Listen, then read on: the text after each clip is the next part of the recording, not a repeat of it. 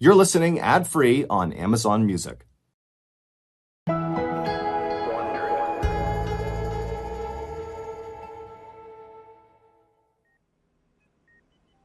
In October of 2004, a 15-year-old girl suddenly woke up in the middle of the night in a total panic. She didn't know where she was, and it was so dark in the room she couldn't see anything. And when she tried to move, she realized she couldn't. She was paralyzed. She tried to calm down and just listen for some sign of where she was or what was going on, but all she could hear were the unfamiliar sounds of machines beeping and whirring. Then the horror sunk in. She was locked inside of her own body, and she had no idea why.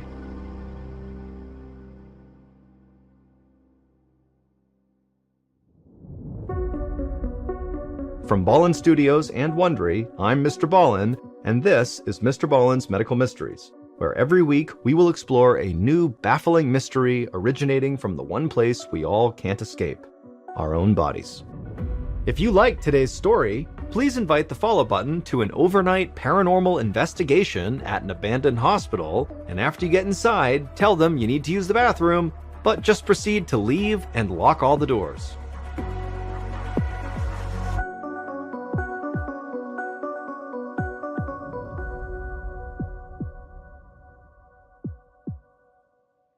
This week's story is called Silent Scream.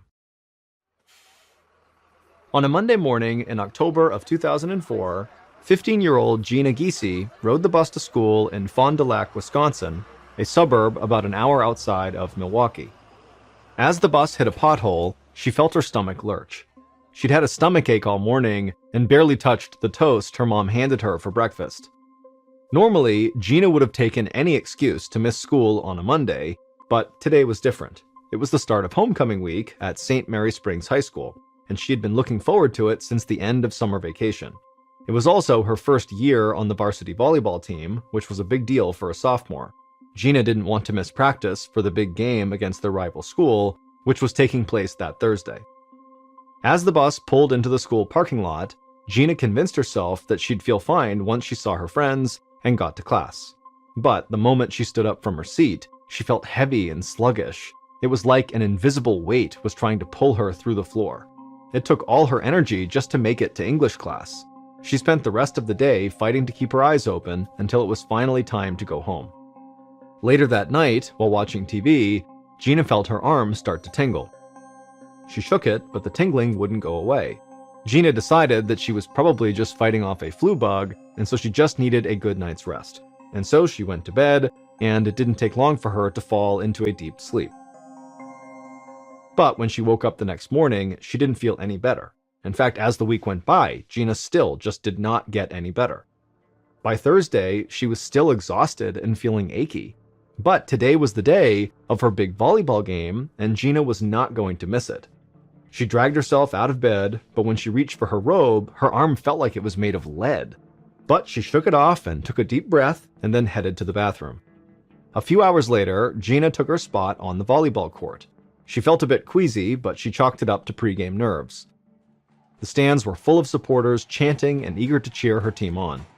Once the game started, the opposing team served the ball over the net. One of Gina's teammates got underneath it, lobbing the ball towards Gina and setting her up for an easy play. All she had to do was spike it over the net. But as the ball got closer to her, her vision suddenly doubled. She was seeing two white volleyballs sailing toward her face. Gina blinked, unsure of which one to hit. She leaped up, swatting at the air, and her palm did make contact with the hard vinyl ball, and immediately a jolt of pain shot through her arm. But she didn't care, because she had done her job and returned the ball. The other team dove for it and missed. As the ball fell to the floor, the stands erupted. Gina had scored. She smiled and blinked a few times. A moment later, her double vision had cleared, and she breathed a sigh of relief. She was on a roll for the rest of the game. After the game, Gina went out with her teammates for some celebratory ice cream. By the time she got home, she had forgotten all about the double vision from the start of the game. Her arm was a little stiff from hitting so many balls, but she felt better. The next morning, Gina slept through her alarm and woke up late. She tried to get up, but her entire body was so achy and stiff. Her forehead was hot, but her teeth were chattering, and she was thirsty. She desperately needed a glass of water. Gina swung her legs over the side of the bed, then lurched forward to stand up, and nearly fell over sideways. It wasn't that her body felt limp. It was like her joints were so stiff she couldn't move them, so she couldn't walk. She felt like a mechanical doll whose battery had run out. Gina fell back into bed and called her dad, John, for help. John ran upstairs and came over to help his daughter out of bed. Gina threw her arm around his shoulder, and he propped Gina up onto her feet. Then John walked her down the hallway to the bathroom. Even though he tried to look calm, Gina could see the fear in her father's eyes. She tried to thank him for helping, but it was like talking with a mouthful of peanut butter. Her brain knew the words, but her tongue just couldn't keep up. That's when her dad yelled out to her mom, Anne, and said to get Gina's pediatrician on the phone right away. Anne got an appointment and helped John get Gina into her jacket, and then they guided her out to the car. Gina could barely put one foot in front of the other. But on the way to the doctor, something even more frightening happened to Gina. Her left arm just started jerking uncontrollably, and so her mom held Gina's other hand, looking totally panicked and afraid. Gina's mind was so foggy she could barely process what was going on. Less than an hour later, Gina was at her pediatrician's office. The doctor put her through blood tests, a CT imaging scan, and an MRI.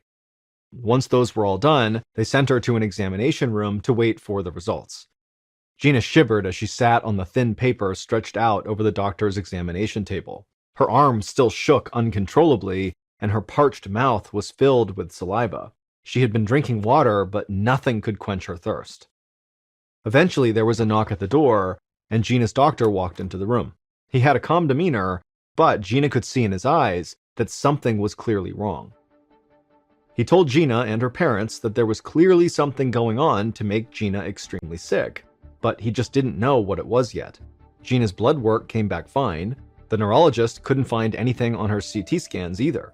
Gina didn't understand what this all meant, but she was scared. She could feel drool leaking out the side of her mouth, but she couldn't muster enough energy to make it stop. The doctor handed Anne a tissue, and Gina felt her mother's hand gently wipe it away. The doctor said that Gina needed to see a specialist at a larger hospital in Milwaukee, 70 miles away, and she had to get there fast. Minutes later, Gina was loaded into the back of an ambulance. Her parents held her hand and promised they'd follow right behind. During the ride to the hospital, Gina felt dizzy, so she leaned her head back against the stretcher she was strapped to and closed her eyes. She hoped that this next doctor would have an answer and she'd feel better soon. Despite the sound of the blaring siren, Gina could barely keep her eyes open, and she quickly fell asleep. The next thing that Gina remembered was waking up in a stark white hospital room with fluorescent ceiling lights that hurt her eyes. A nurse came in to check Gina's blood pressure. She asked if Gina could stand up. Gina slid off the hospital bed, and for a moment, she stood perfectly still. Then her body started jerking violently. The nurse caught her before she fell to the ground and helped her into a wheelchair. When Gina sat down, her eyesight became blurry again. It was like she was looking at the nurse through a sheet of wax paper. But even still, Gina could make out the nurse's sympathetic expression. The nurse told Gina not to worry. The neurologists would have her test results soon. Dr. Rodney Willoughby was in his office when Gina's test results arrived a few minutes later. He read and reread the results a dozen times. He was the lead doctor on Gina's case, and he needed to be absolutely certain of what he was seeing. He'd been a doctor for over 20 years, but this was his first time encountering a case like this. And now he was about to deliver the most tragic diagnosis of his career. With a heavy heart, he left his office and walked into the small room where Gina's parents were waiting. Anne and John both stood to greet him, looking hopeful. Dr. Willoughby sighed and broke the news. Gina had contracted a fast-moving, fatal disease that killed almost 60,000 people every year. And while there was a vaccine, Gina was now too far gone for it to work. No one in recorded history had ever survived once this disease progressed this far. Dr. Willoughby told Gina's parents that over the next 24 to 48 hours, Gina's organs would fail and her heart would stop. At this point, the only thing they could do was keep her comfortable until she died. Judging from Anne and John's blank expressions, Dr. Willoughby could see that his horrific words had not sunk in yet. Then Anne collapsed into her husband, sobbing. John begged Dr. Willoughby for a solution. There had to be something they could do. But Dr. Willoughby just shook his head. There was no beating this disease. He stood with Gina's parents while they grieved, then gave them privacy to sit with their daughter. By this point, Gina was drifting in and out of consciousness. Dr. Willoughby could tell she wasn't coherent enough to understand what was happening to her. It was heartbreaking to know there was nothing he could do to help her. But throughout the afternoon, Dr. Willoughby was finding it harder and harder to accept Gina's fate. He called the CDC before he left the office. He knew the chances were slim, but he wanted to know if there was any new or promising research that could save Gina's life. They said no. But Dr. Willoughby was not satisfied, so he decided to do some digging of his own.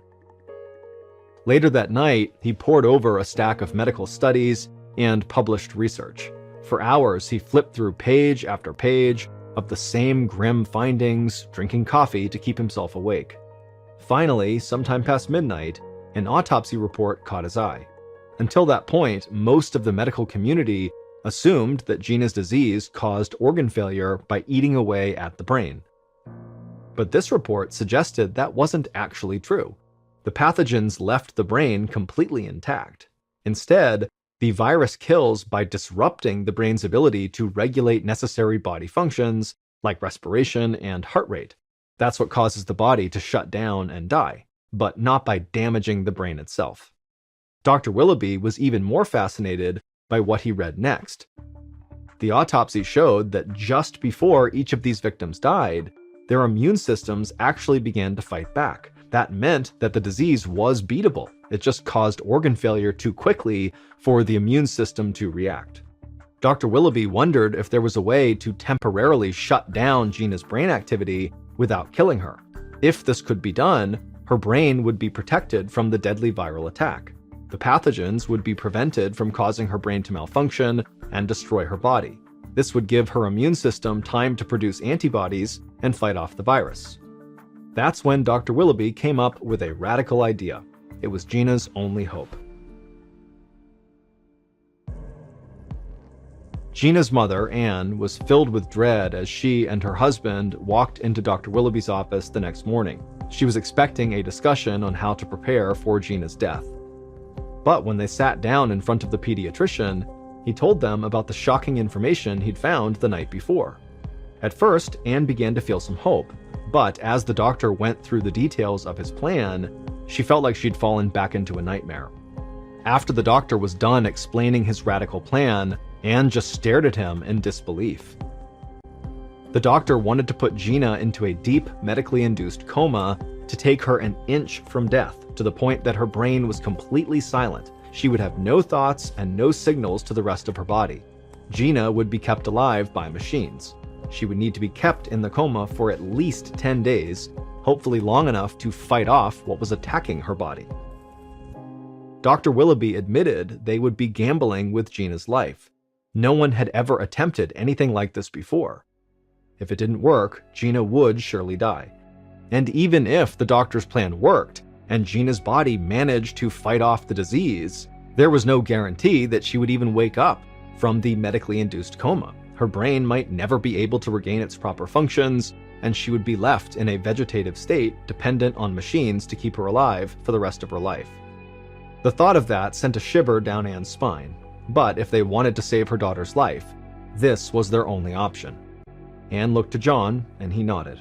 And so, with all the courage she could muster, Anne gave Dr. Willoughby the go-ahead.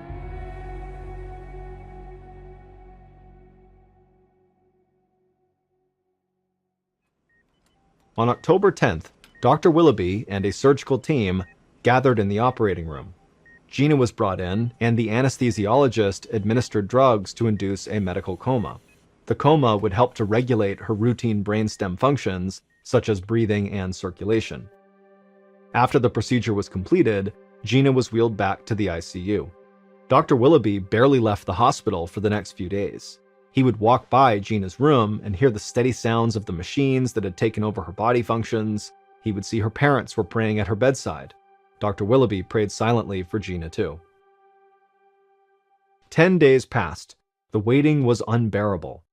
Dr. Willoughby spent every moment anxiously hoping this treatment would work, and Gina's parents spent every possible second by their daughter's bedside. Finally, it was time to take her out of the coma and see if her body had been able to fight off this disease. Throughout the day, Dr. Willoughby lessened the amount of drugs that were keeping Gina asleep. If everything had worked, she'd soon be able to wake up on her own. But as the hours ticked by, the monitor tracking her brain activity was still a flat line. This was a bad sign. If the monitor didn't start showing something soon, Gina might never wake up. When Dr. Willoughby came into work early the next morning, he ran to Gina's room and checked her brain activity monitor again. The screen showed a flat line with the tiniest blips of movement on it. That meant Gina's brain was working. Dr. Willoughby breathed a sigh of relief. He couldn't believe that his plan might actually work.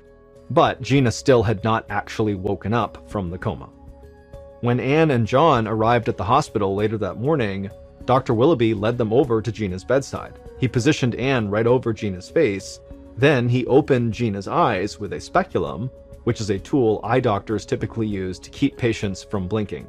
Dr. Willoughby watched Gina's pupils flood with light, going big as saucers. Then they started to move. Gina was awake. Dr. Willoughby could see her eyes darting from right to left, looking all around the room, and then finally her eyes settled on her mother's face. Gina's pupils went wide with recognition, and Dr. Willoughby knew she had recognized her mom. Anne realized it too. She flashed Dr. Willoughby a grateful smile, her eyes welling with tears, and Dr. Willoughby breathed a huge sigh of relief. He took out his reflex hammer and tapped Gina's knee. But to his surprise, she didn't flinch. He tried again, but there still was no reaction. Dr. Willoughby's stomach turned. Even if Gina was still groggy, her body should have naturally had a reflex. He tried to keep a neutral expression, but he knew Anne and John could tell something was wrong. He didn't know how to tell them that Gina was awake, but physically she was paralyzed. She was literally locked inside of her body. The condition is actually called being, quote, locked in, and it's a rare disorder of the nervous system. People with locked-in syndrome are paralyzed except for the muscles that control eye movement. They're conscious and can think and reason. They can hear and see, but they can't move or speak, and they can't chew, swallow, or breathe on their own. And there was nothing Dr. Willoughby could do to help Gina. Their only hope was to wait and see if anything changed. That night, as he drove home, Dr. Willoughby prayed to God for forgiveness. He felt like he had sentenced Gina to a fate worse than death.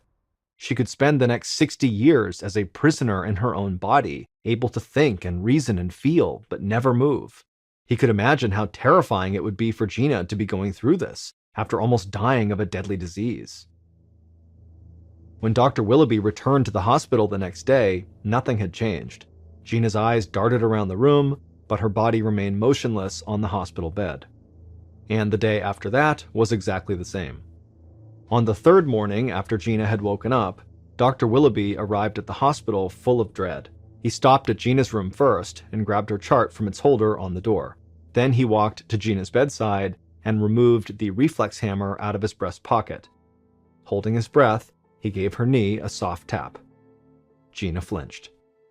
A short time later, Anne and John arrived in Gina's room, and Dr. Willoughby excitedly asked them to watch as he tapped Gina's knee. Again, her muscles contracted, and Gina's parents went wide-eyed. After 2 weeks of surviving on slim threads of hope, they started crying, this time out of joy. 3 months later, Gina took a deep breath and opened her eyes. She was back home in her bedroom. Even though she'd left the hospital a week ago, she still worried that she'd wake up in that awful bright white hospital room, hooked up to machines, unable to move. Coming out of the coma had felt like being underwater. She could hear the muffled voices of people she knew and see the blurry outlines of their faces. But it wasn't until Dr. Willoughby pried her eyes open that she finally broke through the surface. It had taken days for the feeling to return to her body. First, she was able to flutter her eyelids. Then she was able to twitch her fingers. Eventually, she could feel her mother holding her hand. But even as the world began to snap into focus, Gina just couldn't move very well on her own, and even though she understood what others were saying to her, she couldn't speak back. Her parents and the nurses at the hospital had to do everything for her, like bathing and feeding her, and she would spend 2 months relearning how to walk and how to say basic words. But Gina was very grateful to be alive, and while her time in the hospital was a total blur, she remembered every detail of how her deadly illness had started.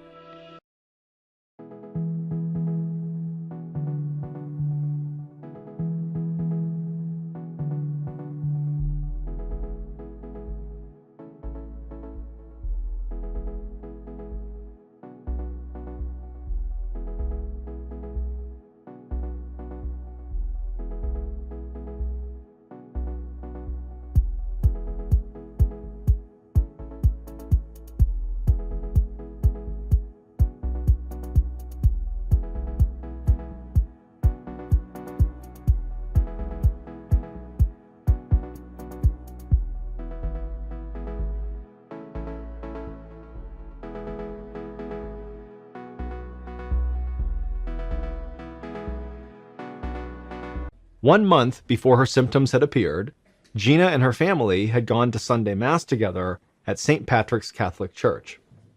A few minutes after Mass started, Gina looked up and spotted something small and black flying around the ceiling. It was a little bird who was trying to get outside, but it wasn't moving toward any of the open windows. Instead, it was swooping down towards the pews, a little lower each time. Most of the congregation was totally annoyed and kept swatting at it with their hats when it flew down. Then the bird grazed an usher who managed to knock it out of the air with a collection basket, and it fell to the floor and appeared stunned. Gina was an animal lover, and she felt bad for the little bird, so she got up from her seat and hurried to the back of the church, and she scooped it up. But as Gina carried this little bird in her hands, she got a closer look and realized it wasn't a bird, it was a bat. Outside the church, she opened her hands to let it go, but the bat bit her finger hard. Gina almost screamed, but she knew there were little kids watching her from inside the church, and she didn't want to scare them. So she bit her lip and whipped her hand away from the bat, sending it flying across the church lawn. Gina watched as the bat flew away and then cradled her finger. A small pinprick of blood bubbled up where the bat had broke the skin. Gina washed her hands in the bathroom and then snuck back into the church pew beside her parents, smiling as parishioners looked over and flashed grateful looks at her. Gina would tell her parents that the bird was actually a bat, but it never occurred to Gina or her family that the moment the bat's tiny fangs pierced Gina's skin, a lethal pathogen had latched onto one of the nerves in Gina's fingertip. And over the next month, that pathogen replicated and grew, crawling its way up Gina's arm and rooting in her brain. It caused her to have flu-like symptoms, blurred her vision, made her jerk and salivate uncontrollably, and eventually led her to Dr. Willoughby's care. But at that point, it was too late, because Gina now had rabies. Rabies is an acute viral infection that is transmitted to humans by a bite or by the exposure of broken skin to an infected animal's saliva. The most common wild animals that can transmit rabies to people are raccoons, skunks, bats, and foxes.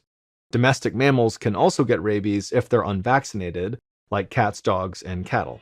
Rabies can be cured with a vaccine, but it must be given within 24 to 72 hours after exposure. If it's left untreated, rabies is fatal.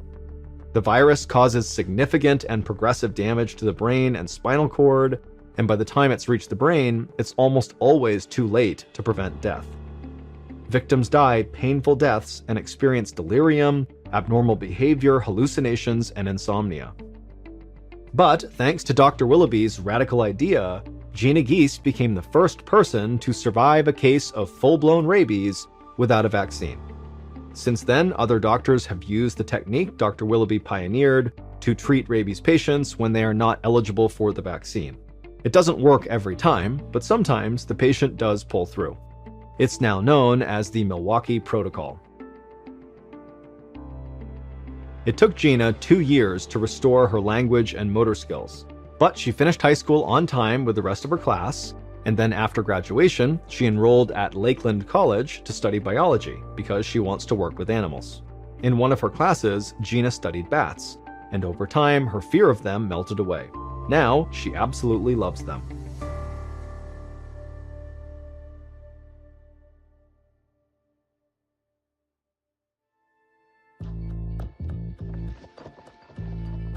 From Ballin Studios and Wondery, this is Mr. Ballen's Medical Mysteries, hosted by me, Mr. Ballen.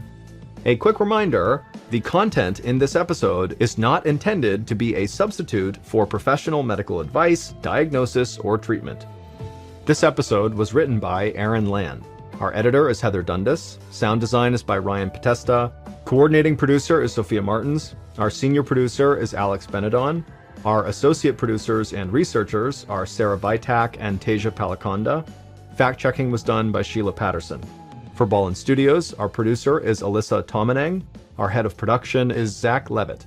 Executive producers are myself, Mr. Ballen, and Nick Witters. For Wondery, senior managing producer is Ryan Lohr. Our head of sound is Marcelino Villapando. Our producer is Julie Magruder. Senior producers are Laura Donna Palavoda and Dave Schilling. Our executive producers are Aaron O'Flaherty and Marshall Louis for Wondery.